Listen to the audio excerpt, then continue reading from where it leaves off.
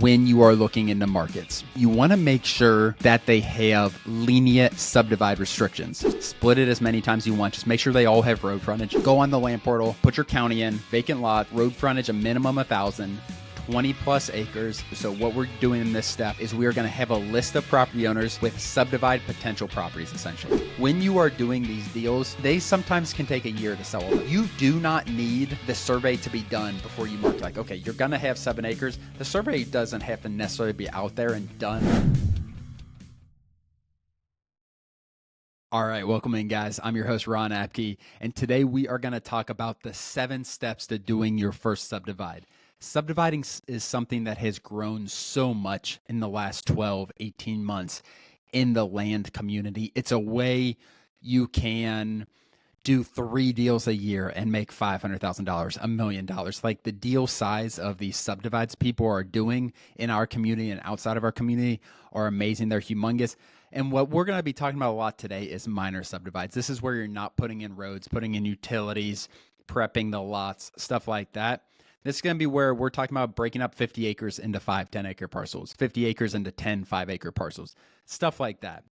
So let's get to it, guys. And like I said, I'm going to talk about the 7 steps. This is going to take you all the way through. So if you're someone who's done 2 land flips, like I want my next land deal to be a subdivide, this is going to take you through all of it.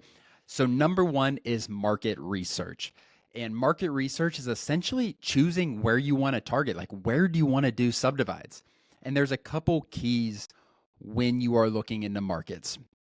Number 1 is you want to make sure that they have lenient subdivide restrictions. So you do not want to go into a county where they say, if you have 10 acres, you want to subdivide it, you got to go through county approval. You have to talk in front of the board. You have to do this, that, and the other.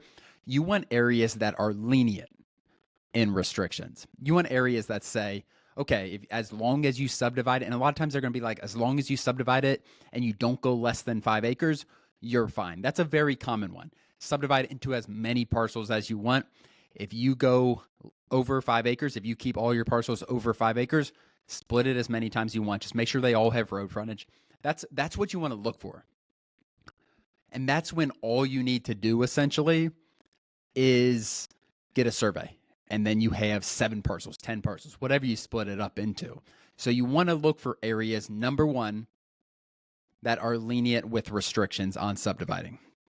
You don't want to go to areas that make it difficult to go through the process.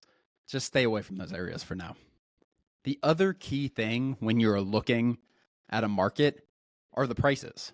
Like we are trying to make money subdividing land.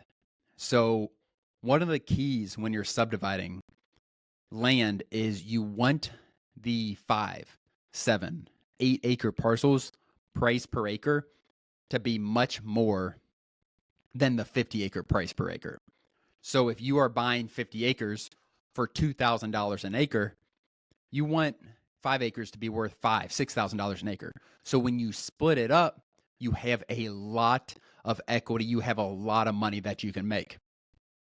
So, and on the opposite, if you're looking at a market and 50 acres is going for $5,000 an acre, then you're looking at 7, 8, 10 acre comps, and they're like $5,500 an acre. You just do not have enough margin when you subdivide it. So those areas don't make sense. You want a wide gap in the price per acre from 50 acres to like 5 acres, 7 acres. You do not want those to be close. You want the 5 acre comps to be at least going for double price per acre as 50 acres, and those are going to be the best markets. They could be very lenient on their restrictions, like the first part that I talked about, but if their prices are too similar in higher acreages to lower acreages, it's not going to be a great place to target and do this business. Number 2 is getting your data. So you got to find out, so you picked a market. Number 1 is picking a market research. Number 2 is getting your data. We like using the land portal. It's a data site that we created, and this is where you can basically filter out by road frontage. You want areas with a lot of road frontage. You want parcels with a lot of road frontage. So when you're going on the land portal, like I want 1,000 acre or 1,000 feet of road frontage minimum, hit that in there in the minimum, and then go from there. And you're going to pull a list of 500, 700 parcels per county. Maybe you pull 3, 4 lists at a time, 3, 4 counties at a time, target them, but you want a lot of road frontage. If you're getting 20-acre parcels with 500 feet of road frontage, it makes it very, very difficult to subdivide the parcels because you just don't have enough road frontage for it. So look for parcels when you're pulling data, to market to. So what we're doing in this step is we are going to have a list of property owners with subdivide potential properties, essentially. That is our goal at the end of step 2. So go on the land portal, put your county in, vacant lots, road frontage a minimum 1,000, 20 plus acres, pull the list, and now we're going to get to step 3, which is marketing. I am not one who, I don't care how you reach out to sellers. You can cold call, you can text, you can send direct mail. But at this part, you need to be getting leads. Okay, again, PPC, I don't care, Google Ads, whatever it is. You need to be able to get leads at this step. Step number 3 is marketing, which is going to get you leads. Hopefully you have a list of 1,000 or something. And maybe it's cold calling. You pick up the phone, you dial 50 dials per day. Go to the next 50 dials per day. You will get a deal for every 1,000 leads, no doubt. If you're cold calling, if you are sticking to it, you're going to get a 6-figure deal pretty much for every 1,000 dials if you're putting in the work. It takes a lot of time. You got to know how to talk to the sellers on the phone, but it doesn't matter. Cold calling takes a lot of time. Texting is going to be a little less timely. And then direct mail is going to be the most time efficient, but direct mail is the most expensive price per lead, essentially, because you are sending it. The direct mail is not a cheap thing. But at this step 3, you're texting, you're calling, or you're doing direct mail, or you're doing a combination. But your goal here is to get leads so you can go to step 4, which is negotiating. So step 3, you are getting the leads. Step 4, you're talking to the sellers, you're negotiating, maybe you're getting some survey costs. What you want to do at step 4 is really find out, okay, now I have this actual real property in front of me, 30 acres, 700 feet of road frontage, 1,000 feet of road frontage, whatever it is. What you want to do here is find out what you think you can get from the property after you subdivide it. So you're looking like, okay, I can break this down into 6 5-acre parcels. I'm offering, I think I can get about, for every parcel, I think I can get about $50,000. Okay, so you're gonna get $300,000. Then you're gonna make an offer based on that. One key is when you're negotiating is do not ever pay over 100% of what the parcel is worth. So if 30 acres is selling for $120,000, even if you can sell it for $350,000 on the back end after subdividing, do not pay over that $120,000 as far as market price. Like, you should not be paying over market price for the land that you are buying, and because you are buying 30 acres. You're not buying 6 5-acre parcels. You're buying 30 acres. You should be paying no more than 100% of market value for the actual quantity of land you're buying, if it's one parcel, essentially. So make sure when you're negotiating, you're talking about that, you can send them comps, everything like that. Like, if you're able to pay 100% of market value, like, there's a ton of value. You can get deals so much. The key there is choosing markets where that works, honestly. Like, if you have markets where you can pay 100% of market value on subdivides, you can make so much money. For me personally, I don't like really paying over 80 to 85% of market value, even when I'm subdividing and I'm going to sell it for 3x, because I'm putting a lot of work into those deals. I'm getting a survey out there. I'm paying for a survey. I'm paying for closing costs. There's a lot of things that come back on us on the back end, and you should, just from a negotiating standpoint, like, you should be able to get these properties. They're not paying for a realtor or anything like that. You should be able to get these properties well under market value. 80% is kind of our target as far as our high end of what we're going to pay. Ever wondered how land investing can be the fastest path to financial freedom? I break it all down in my new book, One Lot at a Time. I'll show you exactly how to find, buy, and flip land for huge profits without dealing with houses, tenants, or any crazy renovations. It's simple. This is the book that I wish I had when I first started. If you're ready to take control of your financial future, grab a copy now. One Lot at a Time by Daniel Apke. Find it at your local bookstore or on Amazon.com. So step 1, market research. And there's 2 steps to that.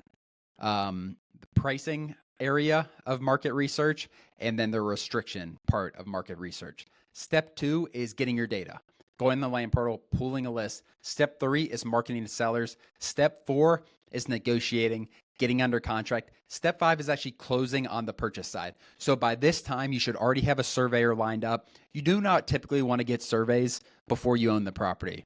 I always wait. I always make sure that the surveyor kind of is lined up to survey off the property once they once I buy it. So within a week of me buying it, I have a surveyor lined up to complete the survey, and then that goes really, really fast. So essentially here you're just closing. Like you're going through a title company.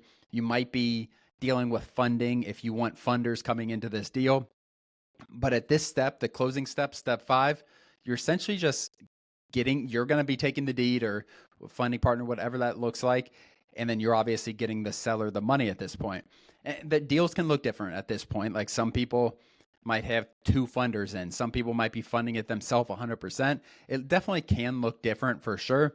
But you're going to have control of the property essentially after step 5. Step 6 is actually subdividing. Marketing and subdividing essentially is what you're doing here. So what you are doing is, one, you should already have drone pictures, everything like that. You should probably do that when you're doing due diligence, negotiating on the front end. That step, negotiating / due diligence on the front end. You should have drone pictures already. You should already know how you're subdividing out. So now you're just getting that surveyor out there and you're marketing the properties. So you're going to subdivide and market the properties. And you do not need the survey to be done before you market. Like if you already know how you're going to subdivide the properties off, you can pre-market them essentially. Like, okay, you're going to have 7 acres. The survey doesn't have to necessarily be out there and done already, but you need to be marketing as soon as you buy the property. You need to be marketing your properties. And then really from there, guys, so let's say we broke up that 30-acre parcel into 6 5-acre properties. You get that subdivided. You might sell multiple of them at one time. Like you might have a buyer that wants 2 of the parcels. That's fine. Sell them both of the lots. But now it's just selling. You want to try to sell the first few properties relatively fast. You do not want to be sitting on the market. You got to remember when you are doing these deals, they sometimes can take a year to sell all of them. They can take 18 months to sell all of them, 5 parcels, 6 parcels, because you're a lot of times trying to sell very similar land. So depending on the speed of your county, depending on how many buyers are in the area, it can take 12, 18 months. Getting those first few, what I always try to aim for when I'm doing subdivides, I want to be able to get my money back or get my funder's money back as fast as possible. So if my money into the deal was $100,000, I really want to get that $100,000 back as fast as possible. And then I can take a little bit more time on the remaining parcels, which are really just 100% profit after that. So trying to get money back, trying to flip them fast is so important. Every day is money in this business. So if you are taking, like if you do not market the property for 7 days after you buy it, like you just wasted 7 days. Get marketing as fast as possible. Get it on the market. Talk to a realtor if you need to. Then take the properties through title once you have buyers. Line them up, get them through, and sell the properties. Really, guys, I know this is 7 steps. There's a lot of detail within each step for sure that I could talk about for much, much longer. But it's something like if you've done 2, 3, 5 land deals, you can start looking for these subdivides. Like you can definitely do these subdivides, make 6 figures on deals. These deals are out there. Like they are out there with tools like the land portal. There's so much value in the ability to target these properties and the ability to look for a certain amount of road frontage, certain amount of slope, all these different things. There's so much value in that. If you guys have any questions, put them in the comments below on the YouTube channel. Subscribe to the channel. Other than that, thank you so much. We'll see you guys next time.